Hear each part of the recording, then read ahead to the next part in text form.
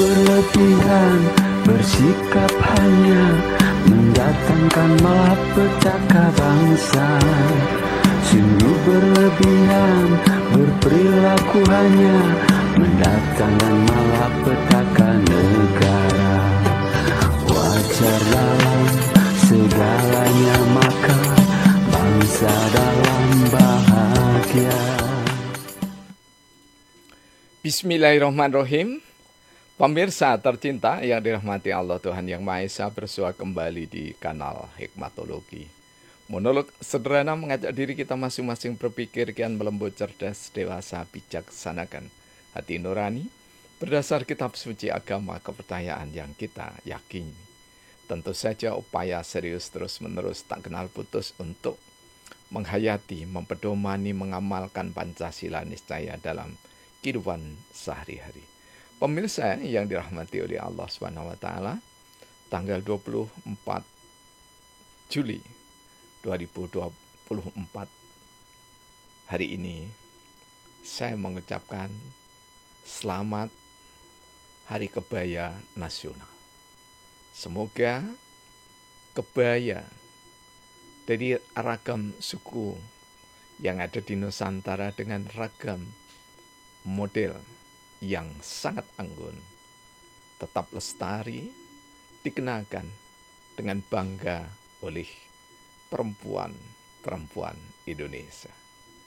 Karena dengan berkebaya, jika saja harus berkunjung ke luar negeri atau bahkan di dalam negeri antar suku bangsa, maka segera cepat dikenalinya bahwa yang mengenakan busana kebaya dengan model prototip dan kain seperti ini adalah suku bangsa Jawa, suku bangsa Bali, suku bangsa Madura, suku bangsa Papua, suku bangsa Sulawesi, suku bangsa seterusnya.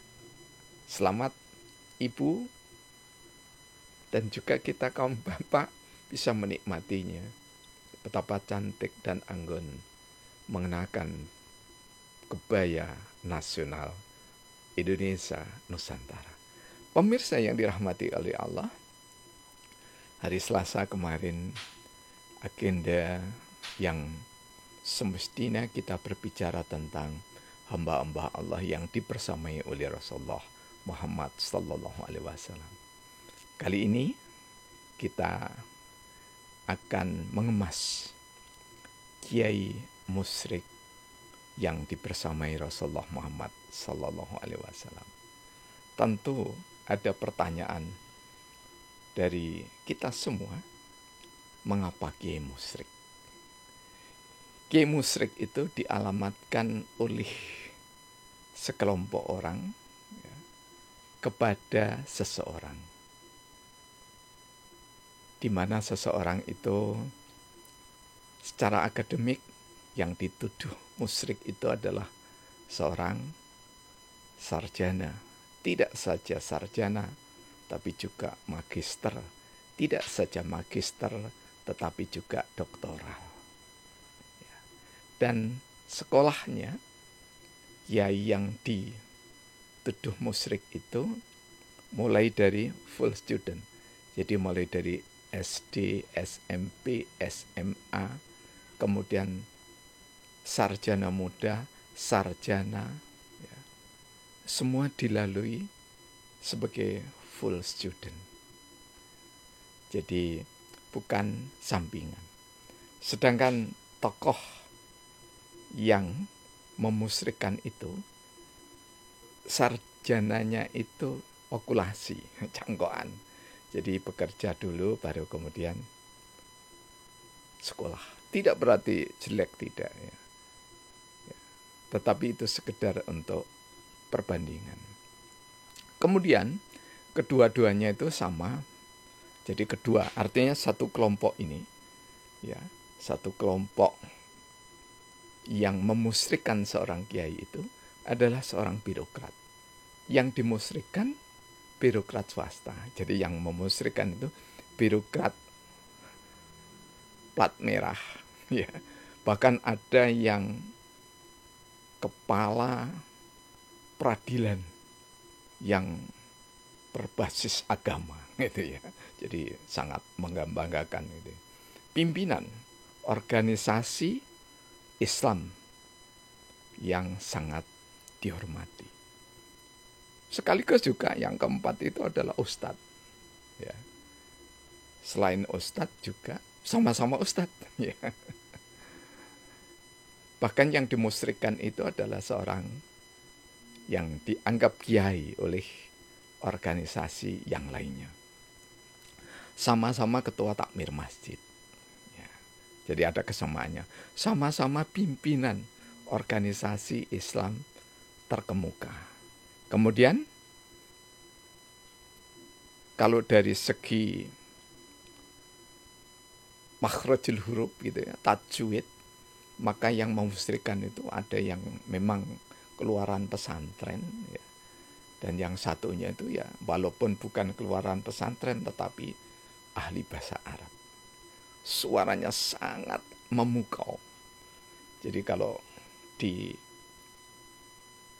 untuk mewakili Indonesia begitu ya, kira-kira ya juara MTQ internasional begitu ya. Jadi suaranya memang bagus. Sedangkan yang dituduh musyrik itu ya makhrajul hurufnya ya belepotan begitu ya. Selain belepotan ya tidak ahli bahasa Arab. Walaupun pernah menempuh studi atau mondok dalam tanda petik gitu ya. Dengan mengambil program studi Islam dan juga program studi Islam dan bahasa Arab. Ya. Kemudian yang dituduh musyrik itu adalah seorang analis kebijakan sekaligus penulis buku yang sederhana. Nah, mengapa kiai musyrik yang kemudian dialinisiasi, ya, diasingkan dari organisasi yang dipimpin oleh orang yang sangat kental dengan pesantren dan dihormati di lingkungan sebuah peradilan tersebut, sampai memusyrikan? Mengapa? Karena ya, yang dituduh musyrik ini riset kami ya. Jadi riset kami yang betul-betul in-depth interview, betul-betul mendalam. Ya. Dan ini adalah latar yang dimiliki oleh Bapak Muhammad Adam yang beberapa kali kita sampaikan, karena ini sisi yang lain yang patut kita unggah supaya andai saja kita, termasuk saya, kemudian panjenengan dituduh musyrik padahal tidak melakukan kemusyrikan, maka ya kita tenang-tenang saja gitu ya. Ini menurut penuturan dari Bapak Muhammad Adam. Tenang, tidak membalas, bahkan Bapak Muhammad Adam itu mendoakan, kata beliau, ya. Ya Allah, siapapun, tanpa menyebut nama, tanpa membayangkan, ya. Jadi iktiba pada Rasulullah, mengikuti teladan Rasulullah Muhammad SAW. Setiap menjelang tidur, setelah zikir, kemudian berdoa. Di antara doa itu adalah, ya Allah, siapapun yang berbuat tidak baik, memfitnah hambamu ini doa Bapak Muhammad Adam, maka aku maafkan, hamba maafkan ya Allah. Karena itulah ampunilah mereka. Ya. Nah, doa ini terus dilantunkan, kata Bapak Muhammad Adam. Dan Bapak Muhammad Adam itu meskipun beliau di sisi yang lain ada yang menyebut kolektor benda-benda antik, ada yang menyebut juga selain musyrik juga disebut dukun gitu ya. Karena juga mengobati orang-orang yang sakit, baik sakit fisik maupun non fisik ya. Termasuk urusan rumah tangga, urusan birokrasi dan yang lainnya ya. Maka analisis kami sementara ini, ya, kami tidak mengatakan ini yang paling benar, tidak demikian ya. Karena di dalam studi ilmiah ya, dalam pengembaraan pengelanaan untuk menemukan hikmah yang diridhoi oleh Allah, itu kita tidak punya hak untuk mengklaim inilah yang paling benar dan siapapun yang menyalahkan kami tolak, tidak demikian.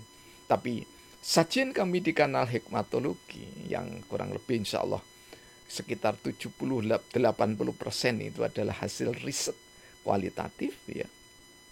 Maka bahkan kami insya Allah ya hampir 100% itu penelitian ya, wawancara mendalam ya, yang kami analisis dari dengan hikmatologi ya. Nah, kesimpulan sementara yang kami hasilkan yakni adalah mengapa kiai yang musyrik itu, yaitu Bapak Muhammad Adam ya, ini mohon maaf Bapak Muhammad Adam ya, kami menggunakan terminologi atau istilah yang dipakai oleh orang-orang yang memusyrikkan panjenengan gitu ya. Kami sudah izin ya. Jadi pada saat wawancara kami akan unggah sekarang ini sudah izin. Jadi wawancaranya ini juga bukan tadi pagi ya, bukan tadi siang, tetapi beberapa bulan yang lalu udah kami sampaikan. Jadi kesimpulan sementara saya ya, kami ini bahwa Rasulullah beberapa kali menemui dalam keadaan mimpi, dalam keadaan terjaga kepada kiai yang dimusyrikkan itu, karena kiai itu setelah kita pelajari betul ya, kita wawancara mendalam, meskipun di rumahnya itu penuh syarat dengan aneka ragam benda-benda antik, tetapi benda-benda itu dijadikan perhiasan dunia semata dan bahkan dijadikan media dakwah. Mengapa benda itu dijadikan media dakwah ya? Karena benda-benda itu diperoleh tanpa berburu, kemudian kiai musyrik itu hanya ada di rumah, kemudian jika ada rezeki maka dibeli dari para perombeng itu ataupun makelar rombengan. Dari sini kemudian sang kiai musyrik itu mengajak. Jadi kalau sudah 3, 4, 5 bulan begitu ya, diajak sholat. Bagaimana cara mengajak sholat? Sederhana. Ketika akan membayar, ya kalau pagi diantar, kemudian sudah deal jadi harga, diminta oleh kiai musyrik itu untuk datang kurang lebih jam 11 siang. Kalau penjual itu mengatakan, loh nanti kan kiai akan sholat, tidak apa-apa. Nah kemudian diminta oleh bapak kiai musyrik itu ya untuk azan. Awalnya tidak mau, kemudian dikatakan azan itu tidak perlu harus bersuci dulu, yang penting azan saja. Ya. Katanya belum bersuci, ya. Karena Pak Adam itu sangat yakin bahwasanya dia tahu bersuci. Ya. Kemudian pakaian dan seterusnya, semua diabaikan oleh kiai musyrik itu. Yang penting ikut sholat. Setelah itu diminta untuk di rumah mandi besar, kemudian dikunjungi oleh Pak kiai musyrik itu, dikunjungi ke rumahnya, karena rumahnya tidak terlalu jauh dalam satu kota. Sering dikunjungi, kemudian sering membawakan buah tangan yang sederhana, sekedar jajan gitu ya, jajan-jajan pasar, jajan-jajan yang ya tidak terlalu mahal begitu ya. Maka nampaknya dari sini juga kami memandang dari analisis hikmatologis, ya, dari sisi dakwah secara spiritual maupun intelektual, Pak kiai musyrik ini diridhoi oleh Allah. Sehingga kesimpulan kami, Nah, kiai ini memang tidak musyrik gitu ya. Jadi tidak ada ya keris yang dimintai sesuatu, tombak yang dimintai sesuatu, kemudian patung atau arca itu yang dimintai sesuatu, tidak. Tetapi kiai yang diberi gelar musyrik ini justru insya Allah itu orang yang istiqomah untuk menegakkan sholat fardu di masjid ya, dan sholat sunnah di rumah. Jadi paling tidak ada 3 hal ya yang membuat seseorang itu dijumpai Rasulullah dalam mimpi maupun terjaga.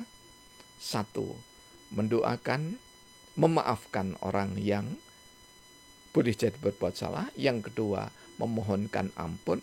Yang ketiga itu qanaah, legowo, walaupun dicap sebagai orang musyrik. Kemudian yang keempat itu berusaha dakwah semampunya, meskipun tidak harus di panggung pentas dakwah. Kemudian yang kelima itu ada upaya serius untuk membimbing saudaranya, ya, artinya sesama muslim itu untuk benar-benar mencintai Allah, benar-benar menegakkan sholat secara bagus. Dan simpel sederhananya, berkat rahmat Allah atas ketulusan kedua belah pihak, yaitu antara kiai musyrik dan orang-orang yang didakwahi itu, tidak sedikit ya para perombeng, saudara-saudara kita yang jual beli barang antik dan rombengan itu sungguh luar biasa. Ada yang jadi muadzin, ada yang jadi takmir masjid, ada yang rajin sekali sedekah. Luar biasa. Ya. Jadi rangkaian dari apa yang kami kisahkan di dalam kanal Hikmatologi, boleh jadi insya Allah saya sebagai periset peneliti akan berusaha untuk bisa memetik hikmah dari apa yang disampaikan oleh para informan. Terima kasih. Mohon maaf atas kekurangan. Alhamdulillahirabbil alamin. Praktek